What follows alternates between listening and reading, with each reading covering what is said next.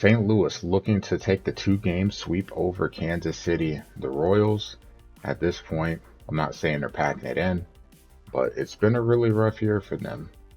So we'll see what they do in this one. Shutout in the last game. Greinke looking to have a good outing, at least to help his team out. ERA slightly above 4. That record of 6-10 is probably because of the lack of run support. But let me tell you, that curveball, even at this age, is still really nasty. Donovan, swing and miss. Throw to first. Might be a rough one.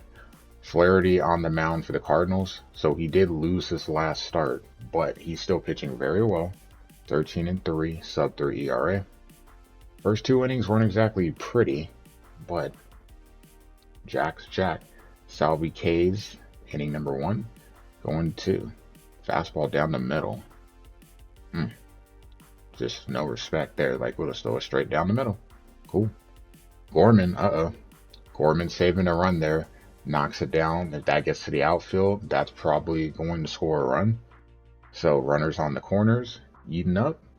Sharp grounder to Goldie. Just a quick step over to first. Jack survives the first 2 innings, 3 hits for Kansas City, but nothing to show for it. O'Neill, top of the 3rd. That curveball is so nasty. Greinke's calling card. So another K. Runners on the corners, this time with the slider. So both pitchers settling in after the 3rd inning. You have to jump to the 8th. So speaking of curveballs, O'Neill, hanging curveball? All right, we'll take that. O'Neill, a rare hit for him. He struggled this year batting sub 200, but he comes through with a massive bomb, his 14th of the season. It knocks Greinke out the game, and it gives St. Louis a 1-0 lead. So kudos, Tyler. Would love to get his bat going. Speaking of bats going, seemed to jumpstart the Cardinals in the 8th. So Edman, 2 batters later, single. 2 batters after that, steals his 30th bag of the season. So now a runner in scoring position. Carp 3-1.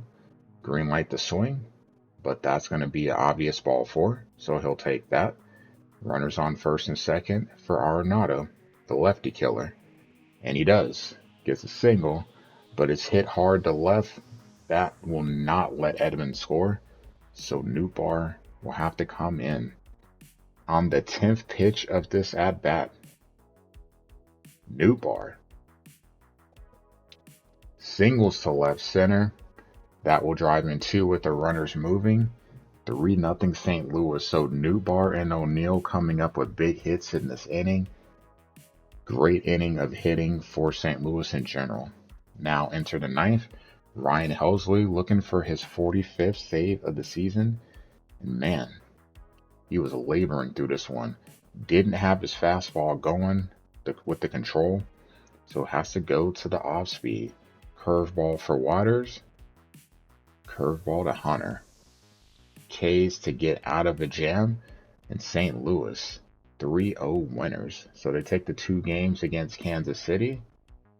Got to be feeling good. The bat's much better in these games. 9 hits for the Cardinals, 3 guys with 2.